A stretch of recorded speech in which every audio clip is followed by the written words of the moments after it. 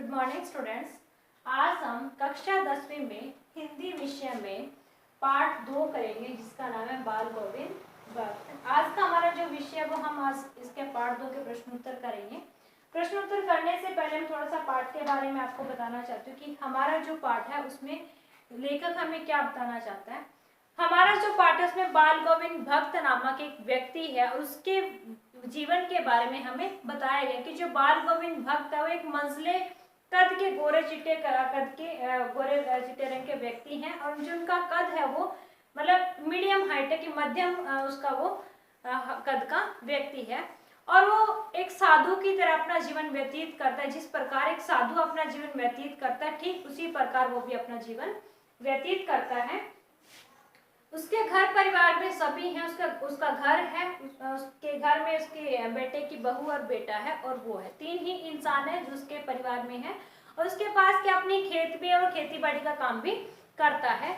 और वो जो उसका हुलिया वो क्या है कान पर क्या करता है, सिर के ऊपर जो कानों तक जो टोपी होती है, जो सिर ऊपर के हिस्से में जो टोपी होती है जिसको कान पट्टी टोपी बोलते कि वो ओढ़ के रखता है और कबीर की तरह काला कंबल वो ओढ़ के रखता है। कबीर को वो क्या अपना साहब मानता है। जिस प्रकार हम किसी भगवान को मानते ठीक उसी प्रकार बाल गोविंद भक्त कबीर को अपना भगवान मानते और जो भी उसके खेत में होता है वो जो कुछ भी उसके खेत में होता है जितना भी अनाज होता है वो कबीर के दरबार में लेके जाता है। जहाँ जितना वो वहां रखते हैं ठीक है, उसके बाद जो बच जाता है उसी से अपने घर का खर्च वो चलाता है। तो एक दिन क्या होता है कि उसका जो पुत्र है उसकी मृत्यु हो जाती है। बाल गोविंद भगत का जो बेटा होता है उसकी मृत्यु हो जाती है और उसकी मृत्यु पर वो क्या कहता है, वो उस टाइम भी वो क्या करता है भजन कीर्तन करता रहता है और सबको कहता है कि रोने का समय नहीं है, ये तो आत्मा और परमात्मा का मिलन का समय है, इस समय रोना व्यर्थ है। तो कहीं ना कहीं वो सबको मतलब उस समय जो उसकी स्थिति जिसको देखकर जो हालात थे, क्योंकि आपको पता है कि अगर किसी की मृत्यु हो जाती है, किसी की डेथ होती है तो उस समय जो घर के जो लोग होते हैं वो बहुत ही ज्यादा रोते हैं, बहुत ही ज्यादा विलाप करते हैं। तो वहां पे वो क्या करते हैं कि रोने की बजाय वो दूसरे लोगों को भी कह रहा है, अपनी पुत्र वधू को भी वो समझा रहा है कि अब ये रोने का समय नहीं है, रोना व्यर्थ है, अब क्यों रो रहे हो, ये तो उत्सव मनाने का समय है क्योंकि आत्मा और जो परमात्मा दोनों का मिलन हो रहा है। तो उस समय देखकर लोग हैरान हो जाते हैं और जो बाल गोविंद भक्त वो इतना ज्यादा सुरीला गाते थे। जब भी वो कोई अपने खेत में जैसे काम करते हैं लोग, जब धान की रोपाई करते हैं जैसे कि आजकल हो रही है कि धान की रोपाई करते समय जब वो खेत में गाते थे तो लोगों की जो उंगलियां थी वो तेजी से चलनी शुरू हो जाती, लोगों के हाथ जो काम करते तेजी से चलने शुरू हो जाते थे और लोग झूमना शुरू कर देते कि इतना मधुर उनका संगीत होता था, इतना मधुर वो गाते थे कि जिससे क्या सभी लोग बहुत ज्यादा खुश हो जाते थे, बहुत ज्यादा आनंदित हो जाते थे। तो इसी तरीके से डेली का उसका काम था कि सुबह शाम को वो भजन गाते थे। तो एक दिन क्या हुआ कि जो बाल गोविंद भक्त के जब बेटे की मृत्यु हो जाती है तो जो उसकी पुत्र वधू थी उसने उसकी पुत्र वधू का जो भाई था उसको बुलाया, उसको बोला कि जो तुम्हारी जो बहन है यानी कि जो उसके पुत्र की जो बहू थी उसको बोला कि इसको अपने साथ ले जाओ और इसका दूसरा विवाह कर देना। लेकिन उसके जो पुत्र वधू उसको मना करते कि नहीं, मैं तो आपके पास ही रहूंगी और आपकी देखभाल मैं करूंगी, देखभाल के लिए आपके पास कोई नहीं है। लेकिन कहीं ना कहीं जो बाल गोविंद भक्त है वो नहीं मानते, वो कहते कि नहीं, मैं नहीं चाहता कि तुम एक विधवा का जीवन व्यतीत करो। तो उसके बाद वो करते हैं एक दिन ऐसे करके वो वहां पे गंगा के स्नान के लिए जाते हैं और वो क्या था बहुत ज्यादा दूर था, 4 या 5 दिन वहां से आने जाने में लगते और उसी बीच वो कुछ भी नहीं खाते थे, एक व्रत की तरह वो रखते थे कि जिस तरीके से हम व्रत में कुछ खाते पीते नहीं है।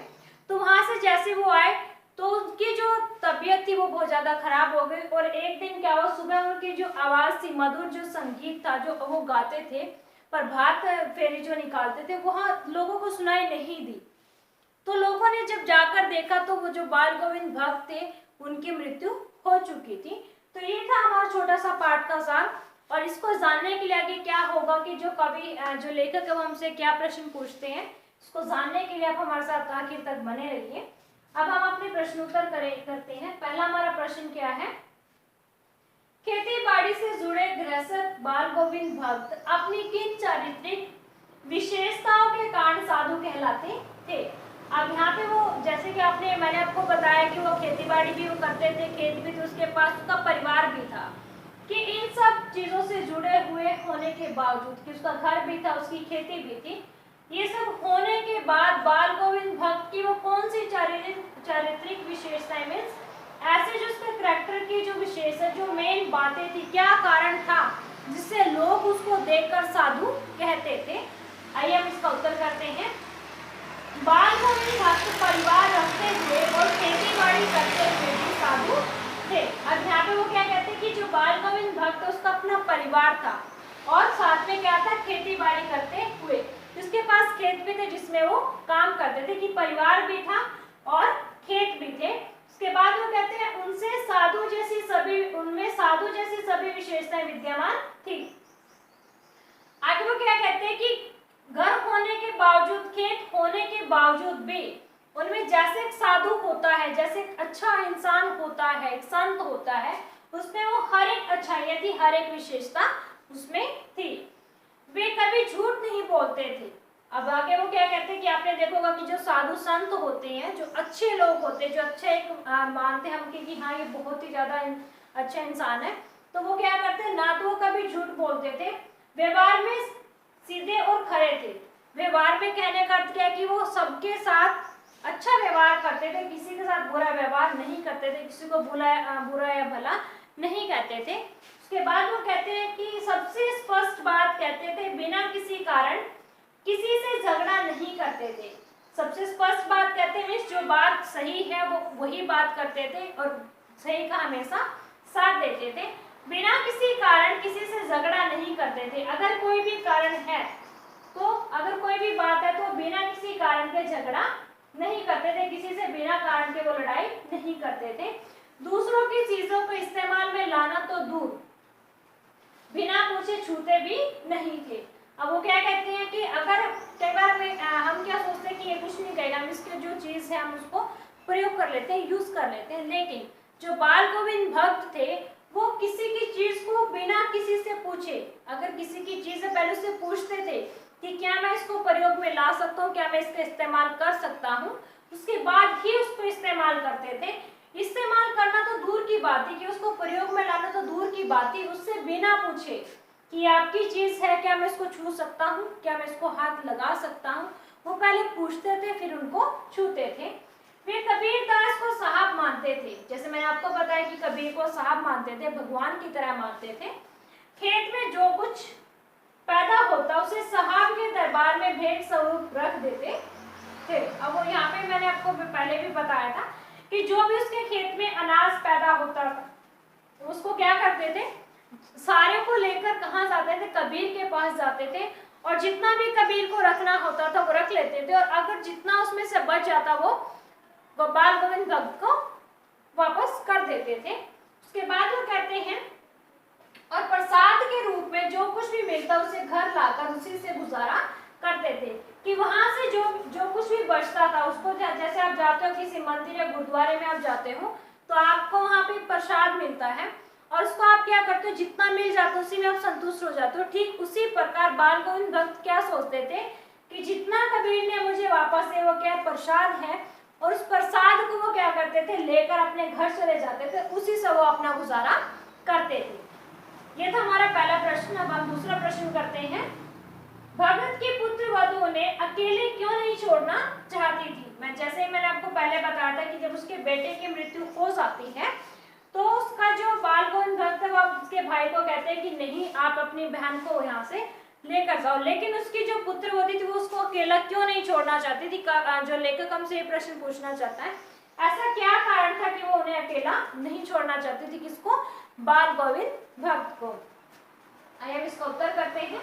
बेटे की मृत्यु के बाद बाल गोविंद भक्त की पुत्र वधु ही उसकी देखरेख करने वाली बची थी, क्योंकि मैंने आपको पहले बताया था कि जो बाल गोविंद भक्त का परिवार था उसमें बाल गोविंद भक्त थे, उनका बेटा था और उनकी पुत्र वधु थी। ओनली कितने मेंबर थे, वो 3 मेंबर थे, परिवार में 3 सदस्य थे, क्योंकि बाल गोविंद भक्त बचे थे, उनकी पुत्र वधु बची थी, पुत्र की तो क्या हो गई थी, मृत्यु हो गई थी। अब 2 ही इंसान उसके परिवार में बचे थे। तो वो क्या कहते हैं कि जो बाल गोविंद भक्त के पुत्र की जो मृत्यु हुई उसके बाद क्या थे, सिर्फ पुत्र वधु ही थी जो उसकी देखरेख करती थी, जो उसकी देखभाल करने वाली बची थी, किंतु भगत जी उसे भी उसके भाई के साथ भेज देना चाहते थे। उसके बाद वो कहते हैं, मैंने आपको पहले बताया कि जो भगत सिंह थे वो क्या चाहते थे कि वो अपने भाई के साथ चले जाए, उसका भाई उसको अपने साथ लेकर चला जाए, जिससे कि उसका दूसरा विवाह किया जाए और एक वो विधवा का जीवन व्यतीत ना कर सके। पुत्रवधू यह सोचकर उन्हें अकेला नहीं छोड़ना चाहती कि बुढ़ापे में उनके लिए भोजन कौन बनाएगा, बीमार पड़ने पर उनकी देखभाल कौन करेगा, कौन उनकी दवा पानी का प्रबंध करेगा। जैसे बाल गोविंद भक्त अपने पुत्रवधू को भेजते अपने भाई के साथ चले जाने के लिए कहते हैं, उसके भाई को कहते हैं कि इसको अपने साथ ले जाओ, लेकिन पुत्रवधू क्या करती है, उसको मना करती है कि नहीं, मैं आपको छोड़कर नहीं जाऊंगी, आप अकेले रह जाओगे।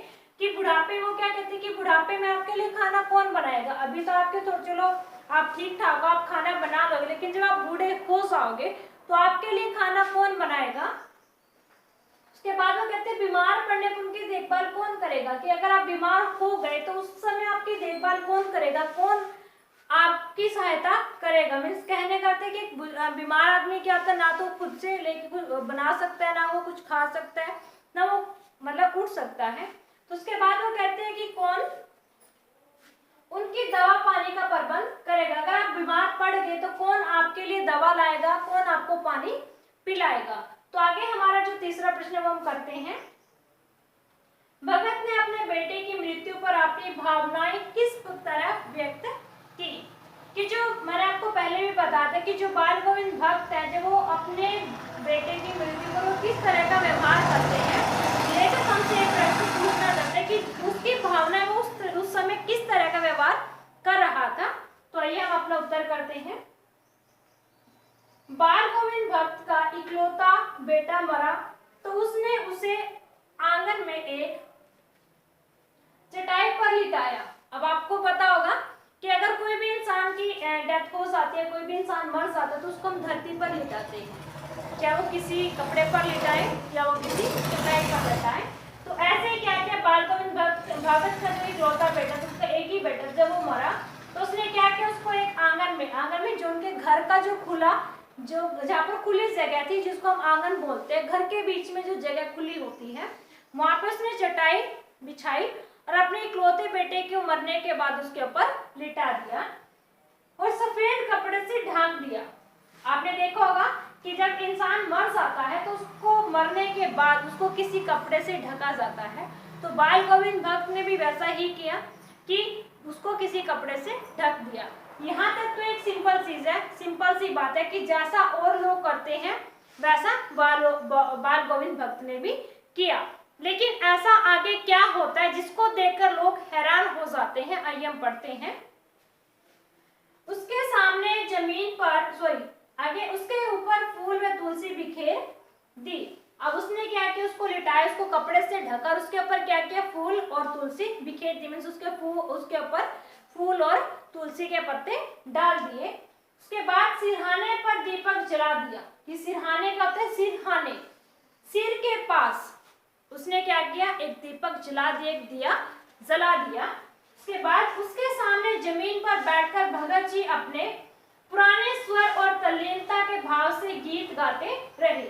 अब यहाँ तक तो एक सिंपल चीज थी जो सभी लोग करते हैं, लेकिन अब जो आगे हम पढ़ेंगे वो क्या एक बिल्कुल ही विपरीत चीज है, जो एक मृत्यु के समय कोई भी नहीं कर सकता। और खासकर जब किसी का इकलौता बेटा ही मर गया, इकलौते बेटे की मृत्यु हो चुकी हो, उस समय तो कोई सोच भी नहीं सकता जिस तरीके से बाल गोविंद भक्त ने व्यवहार किया, जिस तरीके से बाल गोविंद भक्त कर रहे थे। उसके सामने जमीन पर बैठकर, मैं जहां पर उसने अपने बेटे को लिटाया हुआ था, वहां पर उसके सामने बैठकर उसने बाल गोविंद भक्त ने क्या किया, मैंने आपको बताया था कि वो भजन गाते थे, गीत गाते थे। तो पुराने स्वर में, कि कई बार आपने देखा होगा कि जब किसी की डेथ हो जाती है तो उस समय हालात ऐसे होते हैं कि इंसान अच्छे से बोल भी नहीं पाता और गीत गाना तो बहुत दूर की बात होती है, गाना गाना तो बहुत दूर की बात होती है। तो यहाँ पर जो बाल गोविंद भक्त है वो पुराने स्वर में जिस तरीके से वो पहले गाते थे, ठीक उसी प्रकार वो पुराने स्वर में ही गाना शुरू कर देते हैं।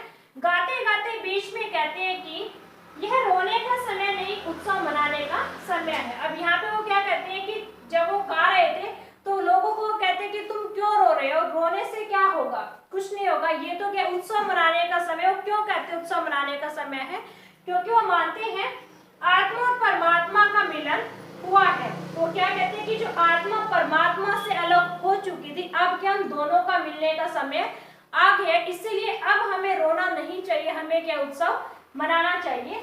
विरिनी अपने प्रेमी से जा मिली है। वो कहते हैं कि जिस प्रकार एक प्रेमी अपनी प्रेमिका से दूर हो जाता है और वो फिर कुछ समय के बाद वो मिल जाते हैं, ठीक उसी प्रकार आत्मा और परमात्मा का मिलन हुआ है। सबसे बड़ा आनंद का समय यही है। वो क्या कहते हैं कि अब सबसे बड़ा आनंद का, में सबसे ज्यादा खुशी का समय यही है। अगर आपको ये चीज, आपको लगता है कि आपको ये इससे कुछ बेनिफिट हुआ है, तो आप अपने दोस्तों के साथ इसको शेयर कीजिए, लाइक कीजिए, कमेंट कीजिए एंड सब्सक्राइब कीजिए।